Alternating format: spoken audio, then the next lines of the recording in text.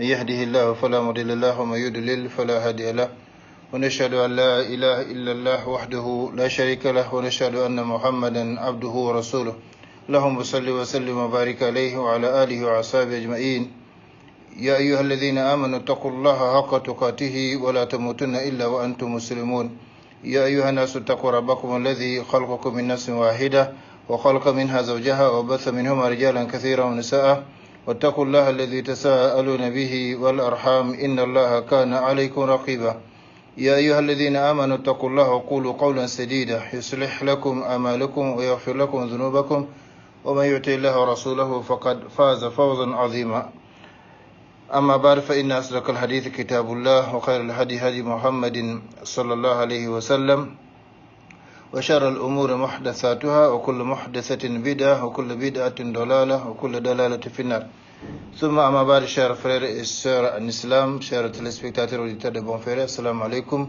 wa rahmatullahi ta'ala wa barakatuh. Soyez les bienvenus à l'écoute de votre émission islamique hebdomadaire ou plutôt votre école islamique, là où nous avons l'habitude de nous rencontrer et d'apprendre les uns des autres. Je prie Allah subhanahu wa ta'ala de nous faire profiter tous ensemble de ces quelques instants que nous allons passer ensemble dans sa voie, dans la recherche du savoir en vue de son application, afin que ce savoir ne soit pas un argument contre nous, mais plutôt un argument à notre faveur le jour où nous rencontrerons notre Seigneur Allah subhanahu wa ta'ala, yawma la yanfa'u malun wa la banun illa man atallaha bi qalbin salim, jour où ni bien ni enfant ne seront d'aucune utilité, hormis pour celui qui regagne son Seigneur avec un cœur saint.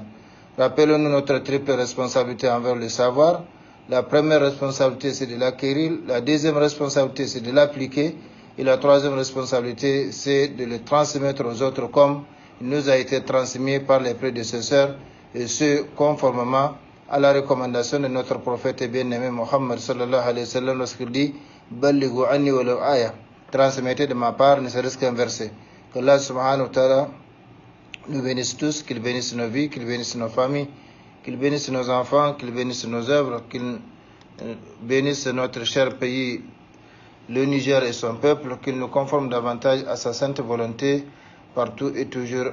Amin ya Rabbal Alamin. Nous prions Allah subhanahu wa ta'ala par ses plus beaux noms et ses attributs de perfection, par son amour par lequel il a créé les créatures, par son amour par lequel il maintient l'univers malgré les péchés et l'injustice des créatures, et par toute chose par laquelle il aime être sollicité subhanahu wa ta'ala, de nous pardonner tous ainsi que nos parents, nos frères et sœurs en islam, où qu'ils se trouvent, les vivants et les morts, et de nous accorder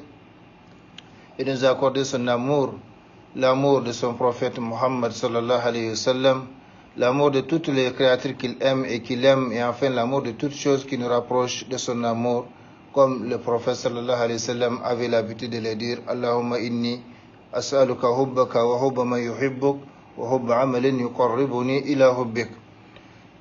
Ceci dit, chers frères et sœurs en islam, le thème de notre émission de ce soir est donc les préparatifs d'accueil du mois béni de Ramadan, actualité islamique qui impose. Nous allons donc ce soir à notre thème, les qualités du bon musulman, Inch'Allah, jusqu'après le Ramadan. Allah nous conforme davantage au bon traitement de ces thèmes et qu'il vous en fasse profiter, vous et à tous ceux auxquels elle parviendra par la volonté d'Allah subhanahu wa ta'ala. Transmettez de ma part, ne serait-ce qu'un verset.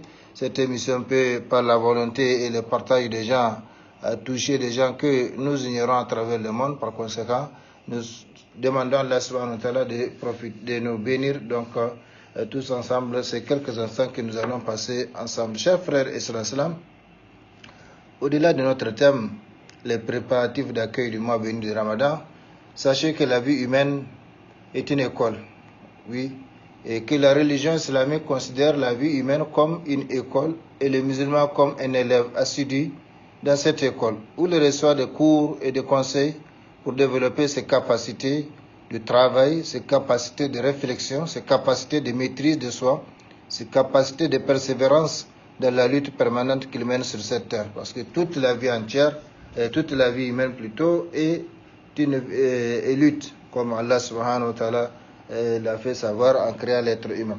Donc, sachez que la religion islamique considère la vie humaine comme une école et le musulman comme un élève assidu dans cette école. Donc dans une école, on reçoit des cours, on reçoit des conseils pour développer ses capacités, ses facultés, les capacités de travail, de réflexion, de maîtrise de soi. On apprend donc de nouvelles choses qu'on ignore et c'est comme ça qu'on évolue dans la vie. Mais qui dit école dit également épreuve.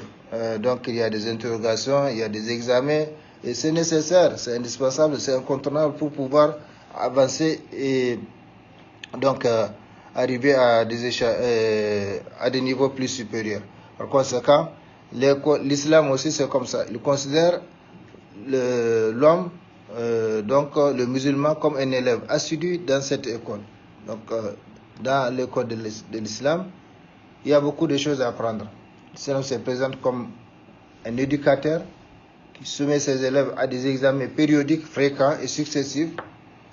À peine fini un examen qu'un autre commence. Et c'est comme ça, nous allons dans quelques jours, Inch'Allah, avec la volonté d'Allah subhanahu wa ta'ala, entrer dans la période donc, du Ramadan. C'est une saison de concurrence, une saison donc de concurrence de l'accomplissement de bonnes œuvres, une foire spirituelle, le Ramadan, chaque année. Mais quand le Ramadan passe, une autre période encore va venir, à savoir la période du Hajj.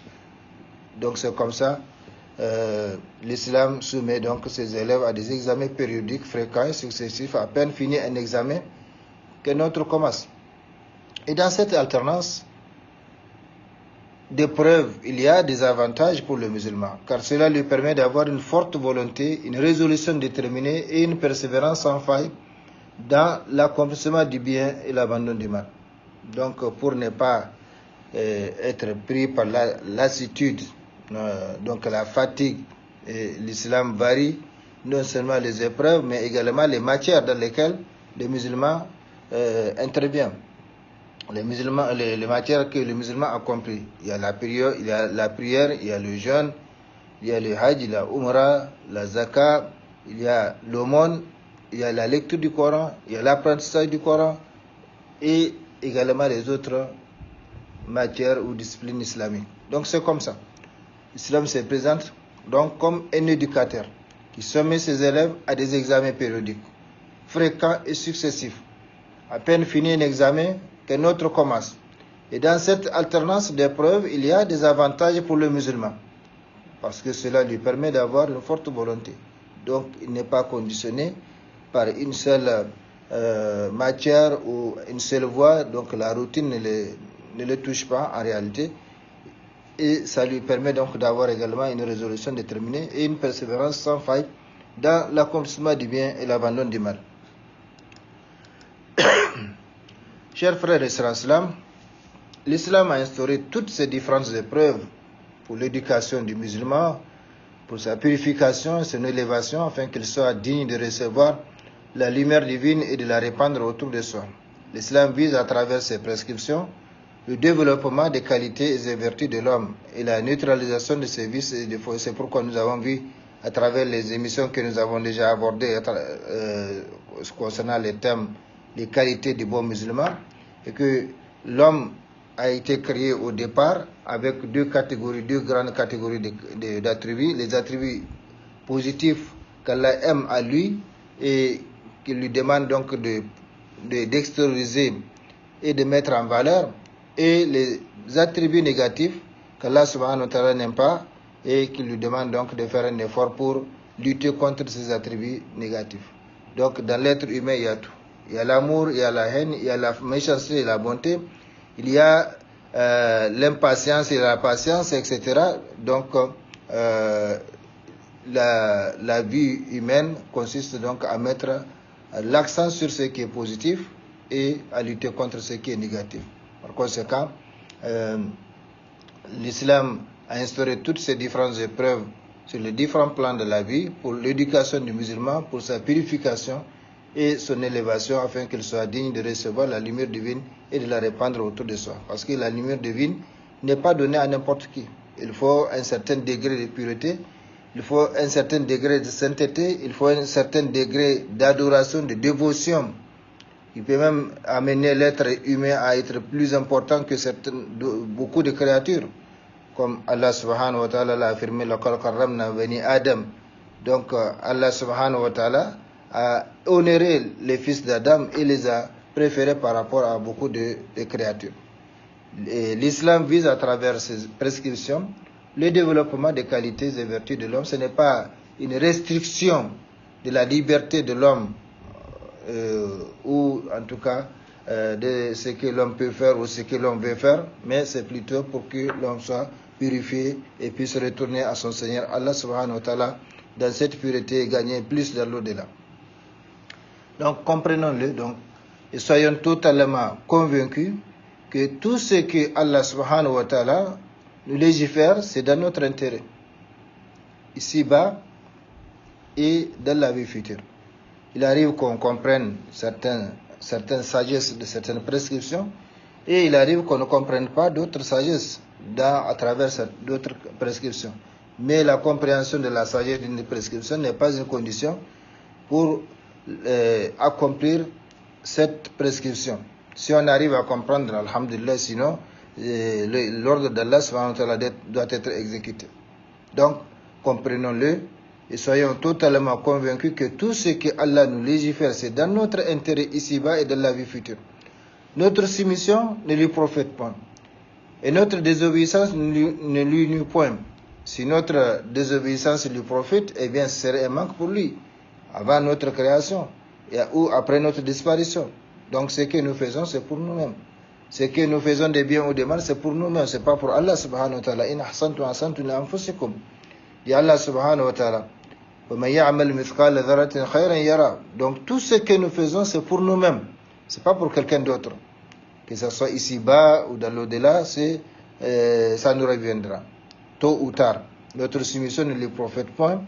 Et notre désobéissance ne lui nuit point. Quiconque se purifie pour lui-même. Car Allah se passe de l'univers tout entier. Donc, c'est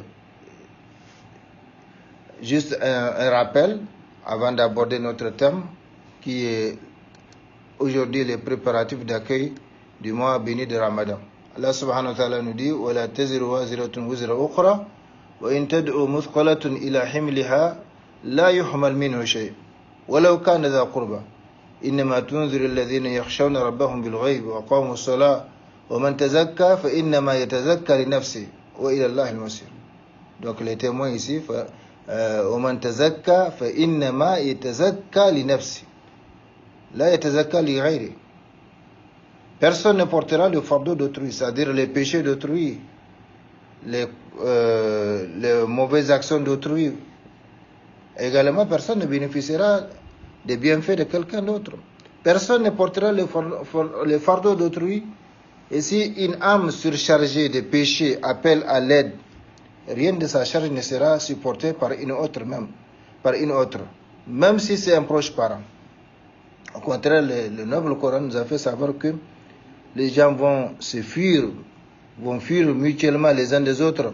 Le père va fuir les fils va fuir les pères, la mère, on va fuir donc tout le monde. Pourquoi? Parce qu'on ne veut rencontrer personne à qui nous devons quelque chose. Dans l'au-delà, un seul point, on ne peut donc les donner, c'est pas malgré soi. C'est-à-dire en cas de jugement, Allah subhanahu wa ta'ala peut prendre les bonnes actions du malfaiteur pour les donner à celui à qui il a commis du mal. Et il est mort sans demander donc le pardon de la personne à qui il a fait du mal. Donc, personne ne portera le fardeau d'autrui. Ça, il faut être conscient de cela, partout et toujours. Ce que nous faisons, c'est pour nous-mêmes. Et si une âme surchargée de péché appelle à l'aide, rien de sa charge ne sera supporté par une autre, même si c'est un proche parent, même dans ce monde-là. Quand on condamne quelqu'un à la prison ou on arrête quelqu'un, qui va avec lui? Personne. Même ses parents, même ses amis, ils peuvent manifester, ils peuvent l'accompagner, ils peuvent assister à son jugement. Mais personne n'ira avec lui dans sa cellule de prison, qu'Allah subhanahu wa ta'ala nous fasse comprendre. Donc, c'est le témoin dans ces versets, ou dans ces passages coraniques, qui n'avertit en fait que ceux qui craignent leur Seigneur malgré qu'ils ne le voient pas, et qui accomplissent la sola. Et quiconque se purifie, c'est ça les témoins dans ces passages coraniques. Quiconque se purifie, ne se purifie que pour lui-même. et c'est vers Allah qu'est la destination. Donc la purification de soi, c'est pour soi-même. Les œuvres que nous accomplissons des biens ou des mal, c'est pour nous-mêmes.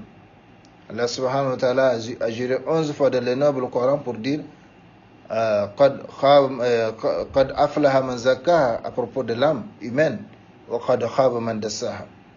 Donc, ce que nous faisons, chers frères et sœurs, il faut être conscient que c'est pour nous-mêmes. C'est pour nous-mêmes, ici-bas et dans l'au-delà. Si c'est le bien, il nous reviendra. Si c'est le mal, il nous reviendra. Ça, c'est inéluctable, c'est inévitable. C'est comme ça qu'Allah subhanahu wa ta'ala donc, a prévu les choses. Tout est épreuve de la vie. Et seul le résilient, c'est lui qui sait se comporter à la lumière des recommandations et des interdits de son Seigneur. Allah subhanahu wa ta'ala nous fasse comprendre et nous aide à être sous sa sainte volonté partout et toujours. Voilà, donc comme je l'ai dit, pour ceux qui connaissaient ou qui se rappelaient l'islam par la radio, chaque fois avant d'aborder un thème, eh bien, nous avons ce qu'on appelle le mot de la semaine ou le mot du jour. Le mot du jour qui est devenu le mot de la semaine. Et finalement, on aborde directement les thèmes sans passer par ces mots-là.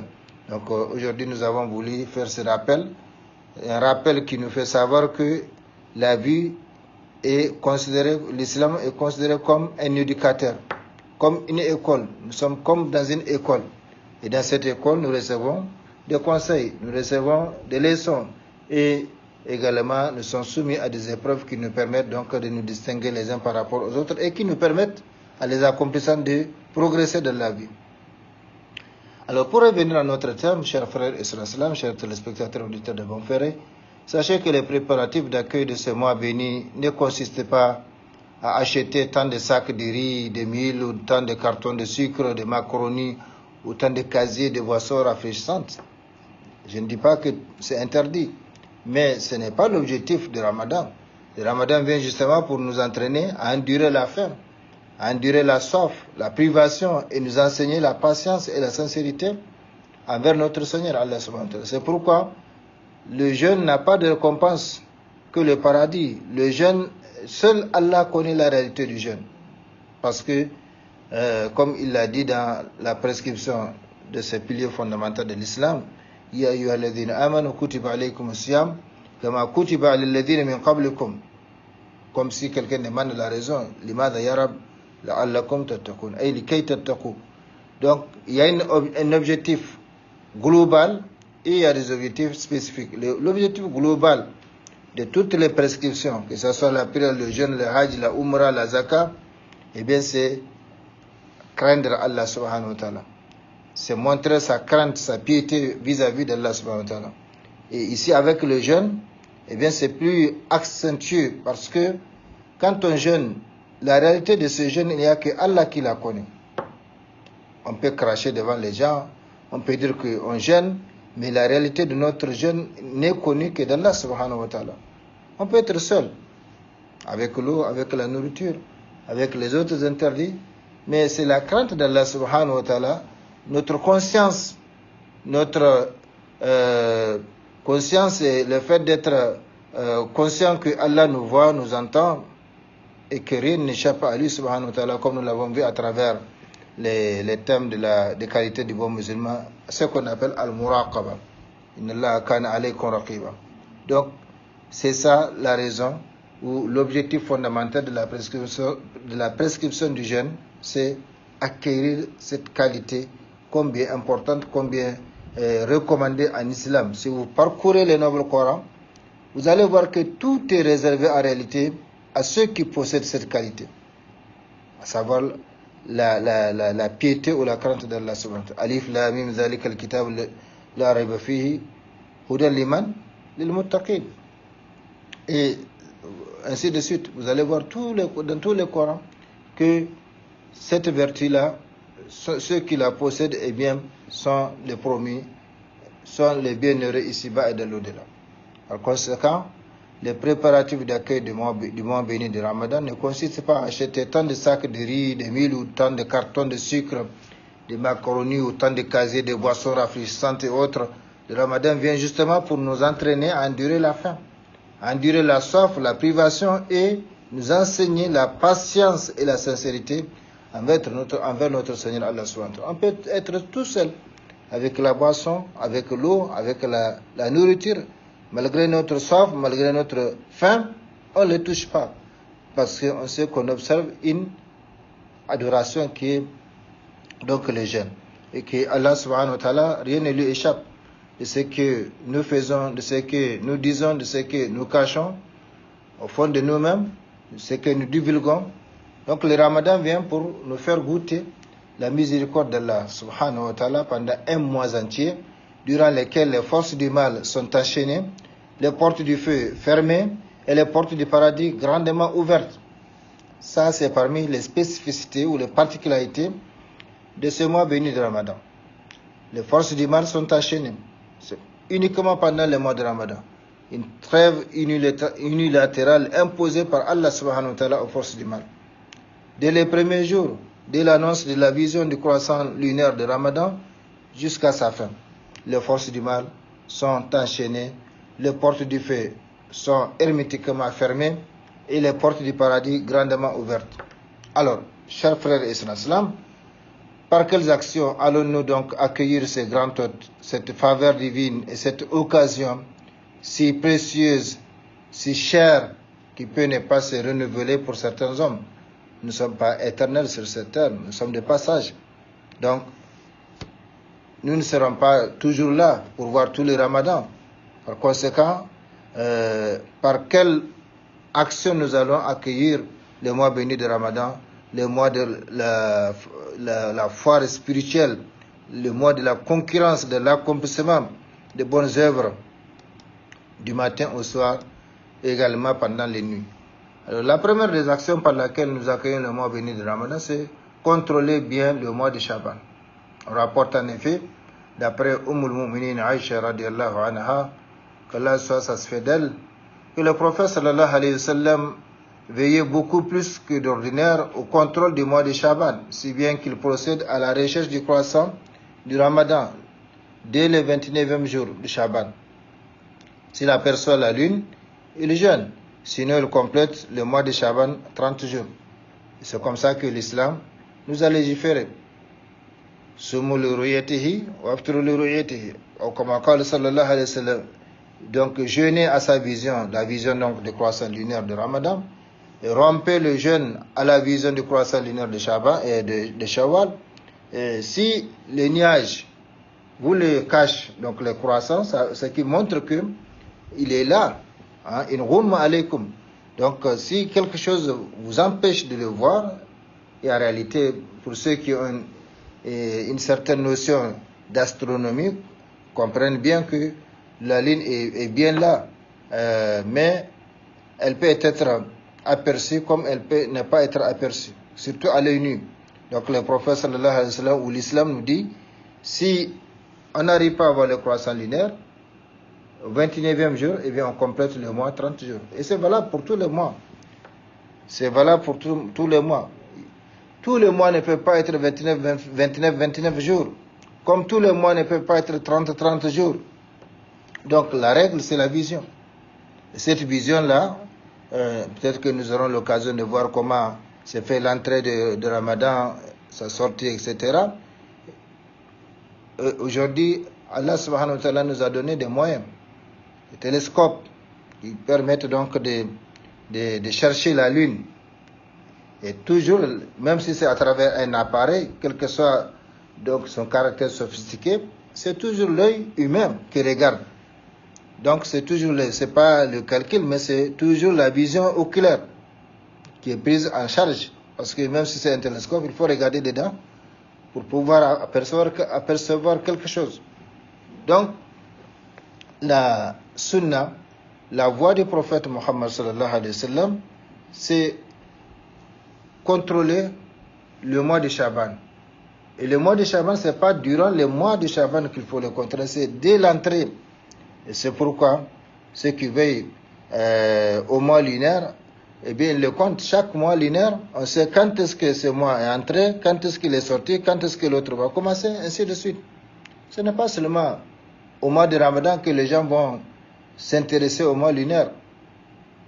Non, le mois en islam, le mois lunaire est une source d'occasion, c'est une occasion d'adoration. Le prophète sallallahu alayhi wa sallam a recommandé de jeûner 3 jours dans chaque mois, ce qu'on appelle al-ayyam al-bid, les jours blancs, donc les 13, les 14, les 15 de chaque mois.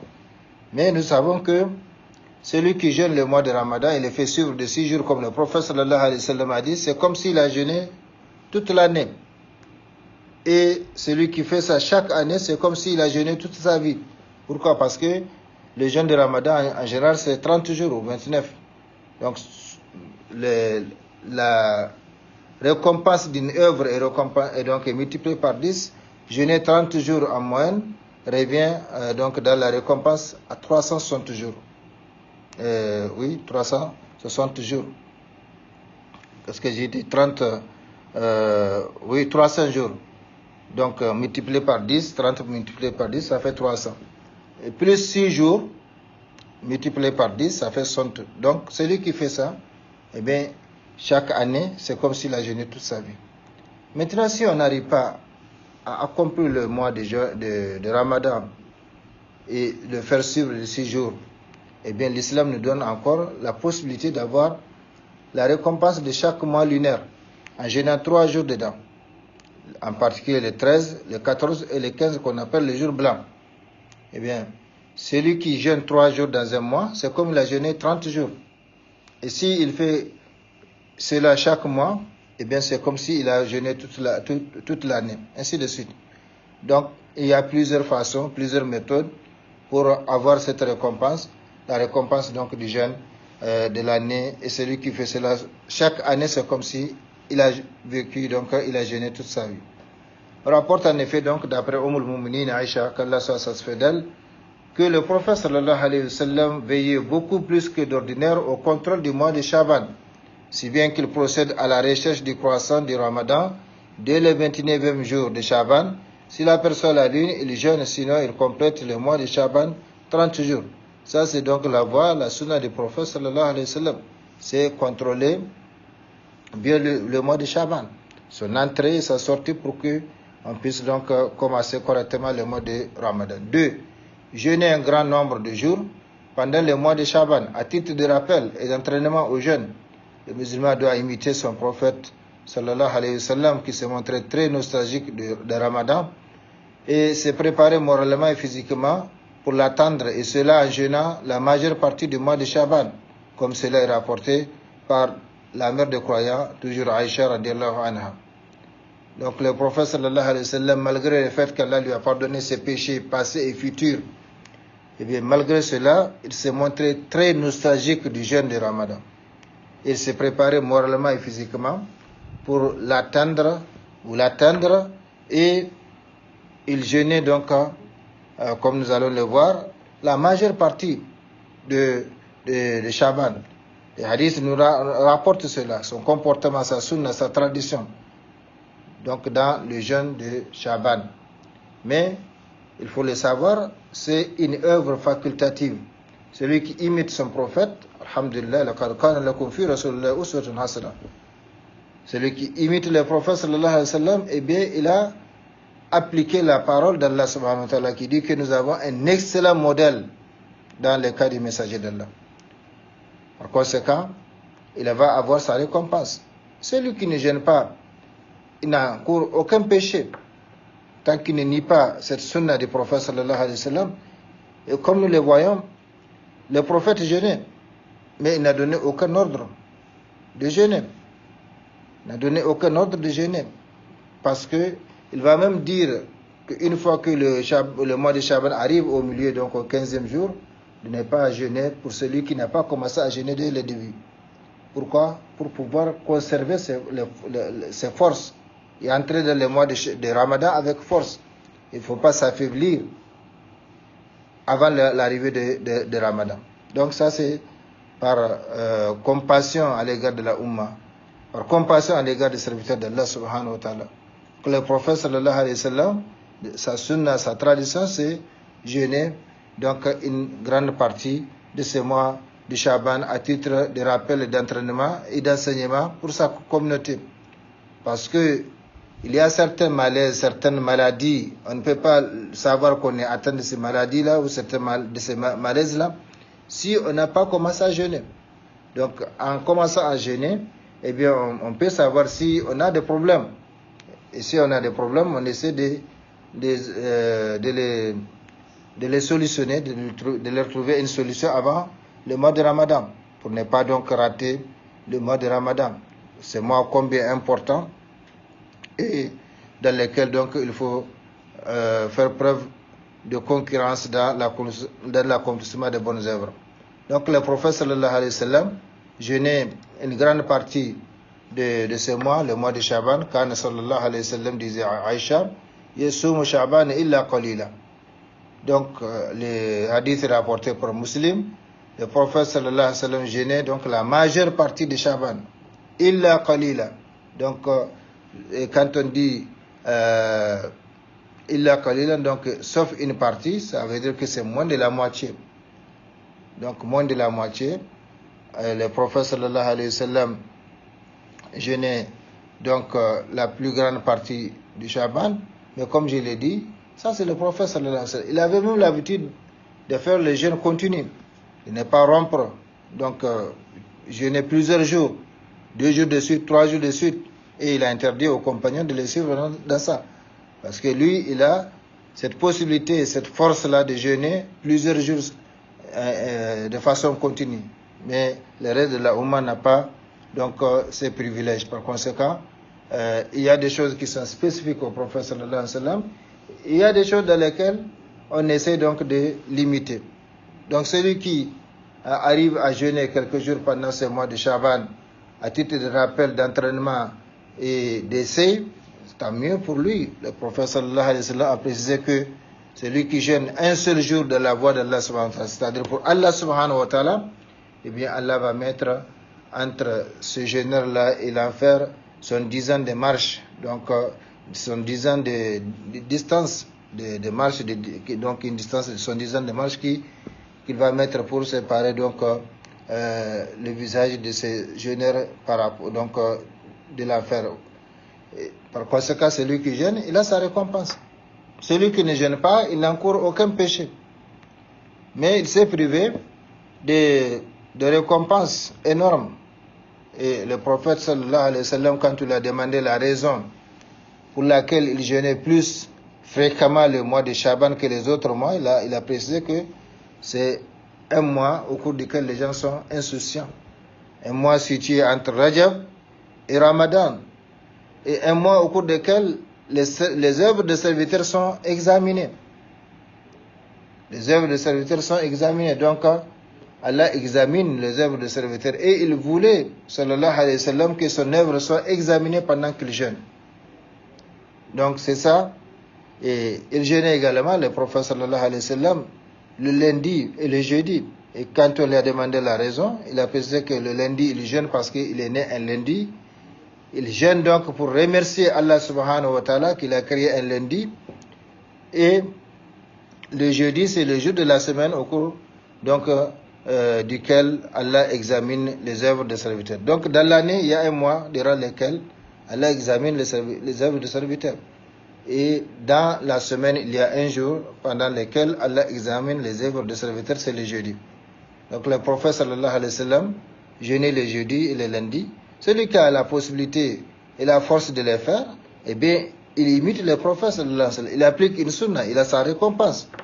Celui qui ne le fait pas, il n'encourt aucun péché. Chers frères et sœurs islam, la troisième action par laquelle nous accueillons le mois béni de Ramadan, c'est repentir. C'est repentir sincèrement à Allah avant le Ramadan. Le repentir nous permet d'être lavé de tous nos péchés, si bien que l'âme et le cœur deviennent tendres et fertiles, prêts à recevoir la miséricorde d'Allah qui est renfermée dans ce mois béni. Donc, plus l'homme est pur, plus il est proche de la miséricorde d'Allah. Par conséquent, il convient à quiconque voudrait pleinement profiter du Ramadan de se repentir et de demander le pardon de ceux à qui il a causé du tort. Et les conditions du repentir sincère sont: première condition, être sincère dans le repentir, de sorte qu'il soit fait uniquement pour Allah.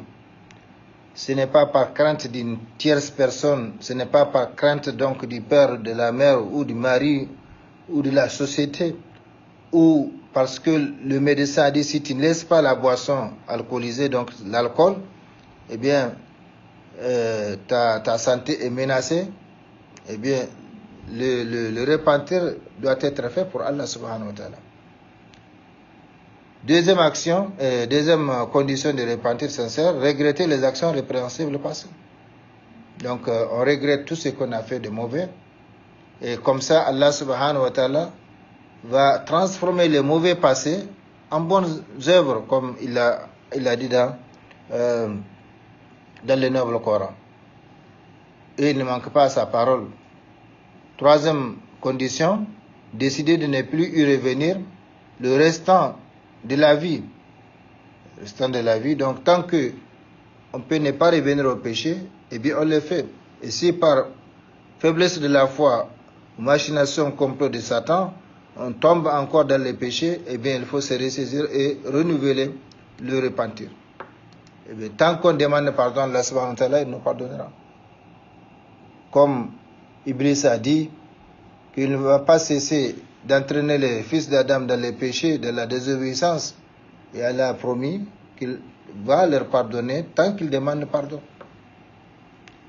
Quatrième condition, abandonner les péchés au moment de repentir. Si quelqu'un qui boit de l'alcool décide de se repentir alors qu'il est sur la table de l'alcool, il ne veut pas dire qu'il va d'abord terminer sa bouteille, la bouteille qu'il est en train de boire, pour se repentir. Non, il abandonne automatiquement, immédiatement.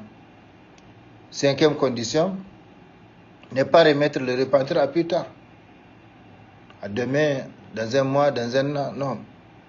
Parce que on ne sait pas si on verra demain ou on verra dans un mois ou un an. Il faut se repentir pendant le temps où on a pris la décision de le faire. Sixième condition, restituer les biens acquis injustement à leurs ayants droit ou demander leur pardon. Et la dernière condition, la septième et dernière condition, c'est repentir pendant le temps de repentir, c'est-à-dire avant la mort ou avant la fin du monde. Donc il y a un temps pendant lequel deux événements s'ils arrivent, eh bien il n'y a pas d'acceptation de repentir. Si l'ange de la mort se présente à la personne, donc le temps de sa mort se présente, eh bien il n'y a pas de repentir. Et également, quand la fin du monde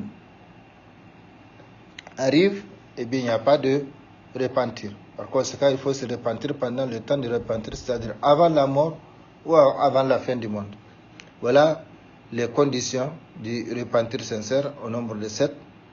Quatrième action par laquelle nous accueillons le mois béni de Ramadan, chers frères et sœurs islam, pendant que le temps consacré à cette émission tire à sa fin, parce que nous l'avons commencé avec retard, donc nous avons encore 11 minutes à passer ensemble, procéder à la recherche du croissant de Ramadan, le 29 Shaban. Comme nous l'avons vu, le prophète sallallahu alayhi wa sallam contrôlait plus que d'ordinaire le mois de Shaban, si bien qu'au 29e jour, eh bien, il procède à la recherche. Donc, ce qu'on appelle la première recherche. Si on aperçoit le croissant lunaire de Ramadan, alhamdulillah, on est entré dans le mois béni de Ramadan. Parce qu'en islam, le jour commence par la nuit et se termine par la journée. Donc, les 24 heures commencent au Maghrib, jusqu'au Maghrib prochain. Si on n'a pas vu le croissant lunaire au 29e Shaban, eh bien, on complète, comme il a dit sallallahu alayhi wa sallam, le mois de Shaban 30 jours et automatiquement le lendemain sera le premier Ramadan, parce qu'il n'y a pas un mois de 31 jours en islam. Le mois, comme le prophète sallallahu alayhi wa sallam a dit, c'est 29 jours ou 30 jours.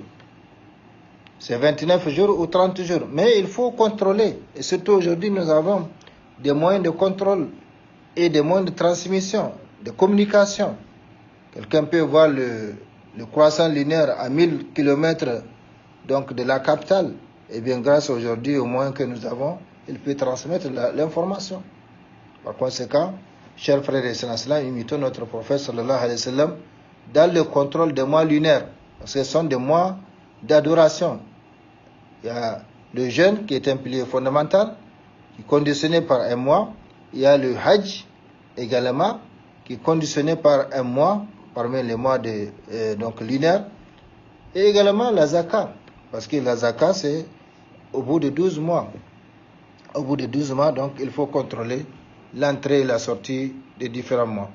5e action, invoquer Allah en regardant les croissants lunaires de Ramadan. Cette invocation, en réalité, c'est durant tous les mois. Chaque mois lunaire, le musulman invoque Allah subhanahu wa ta'ala quand il aperçoit les croissants lunaires. Et parmi les invocations ou les formules d'invocation, Allahumma ahillahu alayna bil amni wal iman wal salamati wal islam ila al khayr wa rushd rabbi wa rabbukallah rawahu Tirmidhi. Seigneur, fait que nous l'accueillons dans la sécurité, dans la foi, la paix et l'islam, croissant de bien et de guider. Mon Seigneur et les tiens est certes Allah. Donc on personnifie les croissants lunaires, on lui parle en disant que je sais que tu n'avantages pas, tu ne nuis pas, tu n'apportes ni bien ni mal, ce n'est avec la volonté d'Allah subhanahu wa ta'ala. Donc mon Seigneur et les tiens, c'est Allah. Je suis une créature, tu es une créature. Donc il n'y a pas d'impact ou d'influence, ce n'est avec la volonté d'Allah subhanahu wa ta'ala. Par conséquent, regardez bien cette invocation par laquelle les musulmans, chaque mois lunaire, accueillent le mois, donc le nouveau mois. Le Seigneur fait que nous l'accueillons dans la sécurité, dans la foi, dans la paix et l'islam. Donc les musulmans prient pour la paix, les musulmans prient pour la sécurité, et cela au niveau à l'entrée de chaque mois lunaire, pour montrer comment l'islam veille justement au maintien de la sécurité et de la paix dans la société. Et dans une autre version du même hadith, on dit Allahu Akbar, Allahumma ahillahu alayna bil amni wal iman wal salamati wal islam wa tawfiq lima tuhibbu wa tarda Rabbuna wa Rabbukallah. Là aussi, rawahu Tirmidhi. Allah est le plus grand. Seigneur, fait que nous l'accueillons dans la sécurité, la foi, la paix, l'islam et la conformité à ce que tu aimes et agrées. Certes, notre Seigneur est le tien et Allah. Hadith rapporté par Tirmidhi qu'Allah subhanahu wa ta'ala nous conforme à ce qu'il aime et agrée. Voilà, chers frères et sœurs, comme je l'ai dit, le temps consacré à cette émission est en train de tirer à sa fin. Parmi les actions par lesquelles nous accueillons le mois de Ramadan, il y a la 6e action, demander l'aide d'Allah subhanahu wa ta'ala pour l'accomplissement du Ramadan, comme Allah le veut, afin qu'il soit accepté. Les adorations sont légiférées par Allah subhanahu wa ta'ala. Et c'est Allah qui paye, c'est Allah qui donne le salaire. Donc si l'adoration n'est pas accomplie conformément à ce que Allah a légiféré, eh bien on va faire hors sujet et on va se fatiguer sans que cela soit accepté. Donc la meilleure façon, c'est de demander à Allah subhanahu wa ta'ala, l'aide d'Allah subhanahu wa ta'ala pour l'accomplissement du Ramadan. C'est valable pour les autres adorations aussi. Le Hajj, la Salah, le fait d'éviter les péchés, tout ça, sans l'aide d'Allah subhanahu wa ta'ala, on ne peut rien faire. En effet, nous avons besoin de l'aide d'Allah. Dans toutes nos affaires, que ce soit celle de ce bas monde ou de l'autre, on a toujours besoin de l'assistance divine. C'est la raison pour laquelle Allah subhanahu wa ta'ala nous fait dire chaque jour au moins 17 fois, ne serait-ce qu'en se limitant seulement aux adorations, aux prières obligatoires, 17 rakats par jour. Iyaka na'budu wa iyaka nasta'in. C'est toi seul que nous adorons et c'est toi seul dont nous implorons secours. Au moins 17 fois, en se limitant seulement aux prières obligatoires. Le matin 2 rakats, Dhuhr 4 rakats, Asr 4 rakats, ça fait 10. Isha, Maghrib 3 rakats et Isha 4 rakats, ça fait 17 rakats.